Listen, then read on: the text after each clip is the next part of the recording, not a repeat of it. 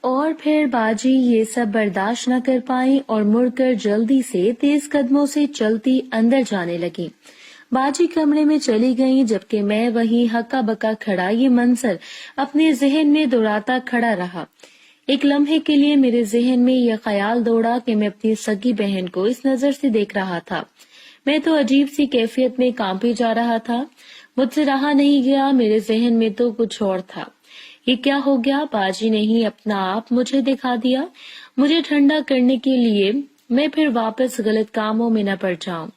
مجھے اب خود پر افسوس ہو رہا تھا کہ میرے مجبور کرنے پر باجی نے یہ قدم اٹھایا تھا۔ میں تو شرم سے نڈھال تھا اور سوچنے لگا کہ باجی کا سامنا کیسے کروں گا۔ یہی سوچتے ہی اندر گیا اور سوچا کہ باجی سے پوچھوں کہ یہ سب کیوں کیا، لیکن مجھ میں تو ہمت ہی نہیں ہو پا رہی تھی۔ میں باجی سے کیسے پوچھتا؟ میں کافی دیر سوچتا رہا اور بہت ہمت کر کے باجی کو میسج کیا، باجی۔ باجی بولی جی۔ میں بولا باجی میں نے یہ سب کرنے کے لیے تو نہیں کہا تھا۔ باجی بولی بھائی پھر میں کیا کرتی؟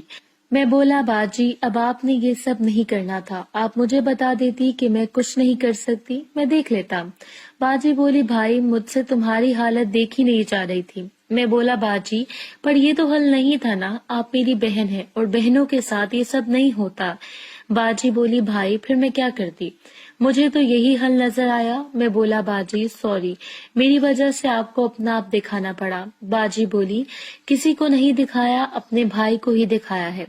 میں بولا پر باجی یہ ٹھیک نہیں ہوا۔ باجی بولی بھائی دیکھو تم نے مجھ سے وعدہ کیا تھا کہ تم غلط کام نہیں کرو گے اور تم اپنے وعدے پر قائم رہے۔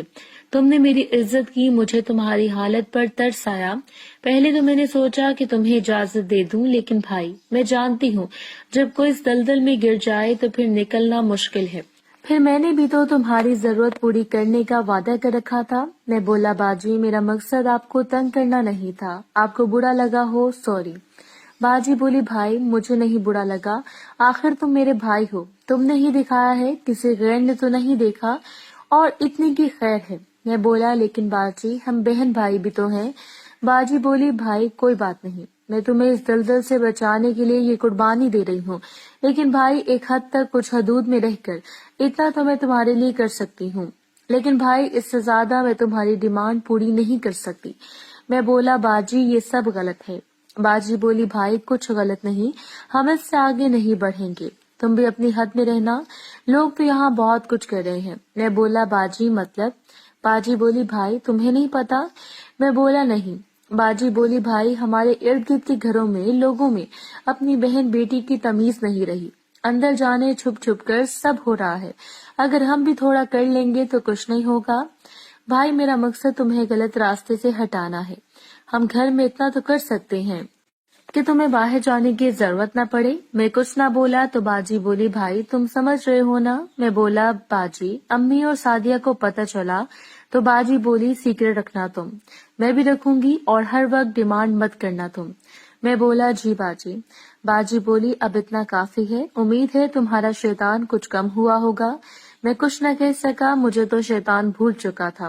باجی کو دیکھ کر میں بستر پر پڑا سوچنے لگا کہ کیسے ممکن ہے اتنی پردے میں رہنے والی اور اپنی حفاظت کرنے والی میری بہن یہ سب کیسے کر سکتی ہے۔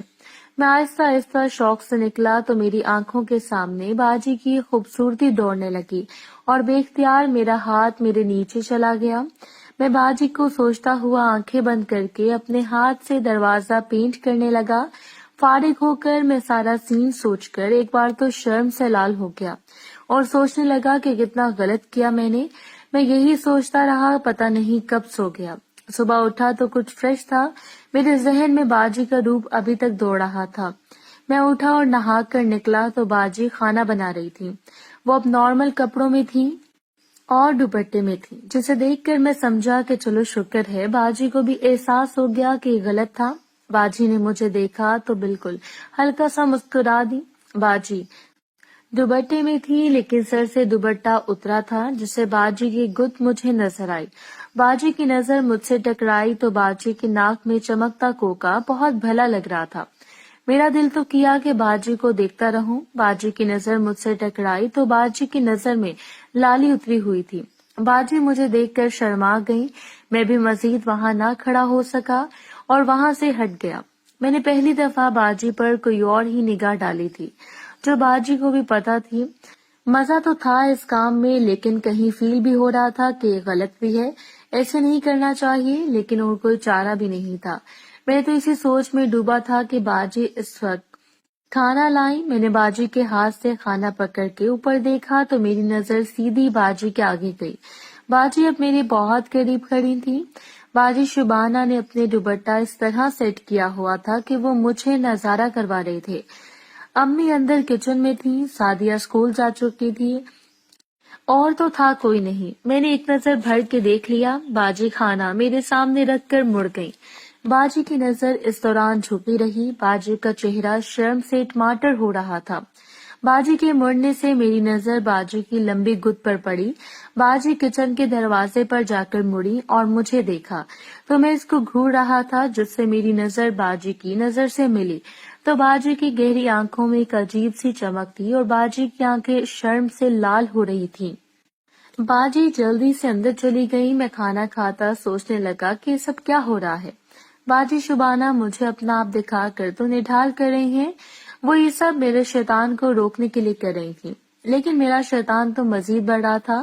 ساتھ میں مجھے بھی لگا کہ وہ اپنا آپ دکھا کر وہ بھی کنٹرول کھو رہی ہیں۔ اسے بھی اپنے شوہر کو چھوڑے کافی عرصہ ہو گیا تھا، اوپر سے شادی شدہ لڑکیاں تو زیادہ عرصہ مرد کے بغیر رہ بھی نہیں سکتی۔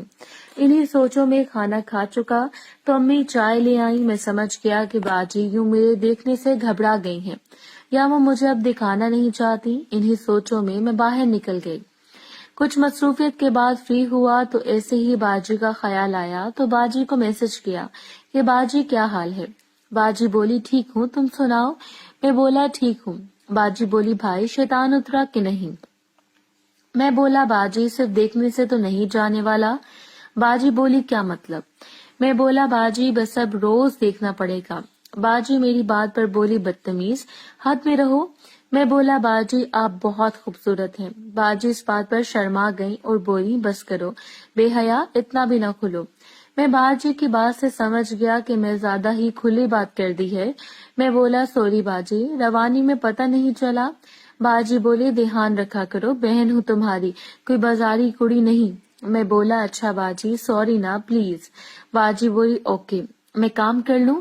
میں اپنے کام میں مصروف ہو گیا۔ عصر کے وقت پھر گھر گیا تو باجی اوپر چھت پر بچوں کو پڑھا رہی تھی۔ معمول کے بعد کھانا کھا کر میں نے باجی کو میسج کیا۔ باجی بولی کیا ہوا؟ میں بولا باجی دکھا دیں۔ باجی بولی کیا دکھا دوں؟ میں بولا وہی۔ باجی بولی بھائی بس بھی کرو۔ میں بولا جی نہیں، بس کروں گا۔ باجی بولی اچھا آ جاؤ۔ اس طرح شام کو میں باجی کو دیکھ کر ٹھنڈا ہو جاتا۔ کچھ دن تو گزر گئے، لیکن میں اب پھر سے بور ہونے لگا تھا۔ باجی کو میسج کیا، باجی میں بور ہو گیا ہوں اس سے۔ باجی بولی پھر کیا کروں؟ اب میں بولا باجی کچھ نیا ہونا چاہیے۔ باجی بولی پھر کیا؟ میں بولا باجی ناراض تو نہیں ہوں گی؟ باجی بولی نہیں ہوں گی، بتاؤ۔ میں بولا باجی اگر اپنی ایک تصویر مجھے دے سکتی ہیں ان کپڑوں میں۔ باجی بولی بدتمیز، اب تصویر کیا کرنی ہے؟ میں بولا باجی بس ایسے مزہ نہیں آ رہا۔ باجی بولی بدتمیز کہیں کا۔ میں ہنس دیا۔ میں گھر گیا۔ شام کو باجی نے مجھے اپنا آپ دکھایا۔ اسی طرح اب باجی بھی بے جھجک دکھانے لگی تھی، پہلے کی طرح اب شرماتی نہیں تھی۔ میں نے اچھی طرح ان کو دیکھ کر باجی کو میسج کیا، باجی پلیز ایک تصویر بھیج دیں اپنی۔ باجی بولی بھائی کیا کرنی ہے؟ میں بولا بس دیکھنا ہے۔ باجی کچھ نہ بولی۔ میں سمجھا باجی کو اچھا نہیں لگا، جس سے میں بھی سمجھا کہ شاید باجی نہ بھیجیں، لیکن کچھ ہی دیر میں باجی نے 3-4 اکٹھے میسیجز ان کے آئے۔ میں نے دیکھا تو باجی نے اپنی 3-4 تصویریں بھیج دیں جس میں باجی کی ہر چیز نظر آ رہی تھی۔ میں نے باجی کو میسج کیا، باجی تھینکس۔ باجی کا میسج آیا تو تم میری تصویریں دیکھ کر یہ کرتے ہو؟ میں چونکا اور بولا کیا کرتا ہوں؟ باجی بولی وہی جو ابھی کر رہے تھے۔ میں چونکا تو باجی بولی ابھی تمہیں دودھ دینے آئی تھی تو تمہیں میں نے دیکھ لیا کہ میں نیچے ہاتھ چلا کر خود کو سکون دے رہا تھا۔ میں باہر نکلا تو باجی دودھ رکھ گئی تھی۔ باجی نے بھی اس وقت مجھے دیکھا تھا۔ میں جانتا تھا باجی نے چھوٹو میاں بھی دیکھ لیا تھا۔ میں تو یہ سوچ کر خوش ہو گیا اور سو گیا۔ محترم ناظرین اور سامعین، اس کہانی کا باقی حصہ اگلی آنے والی ویڈیوز میں پیش کیا جائے گا۔ اگر آپ کو ویڈیو اچھی لگے تو ویڈیو کو لائک اور ہمارے چینل کو سبسکرائب ضرور کریں۔ شکریہ۔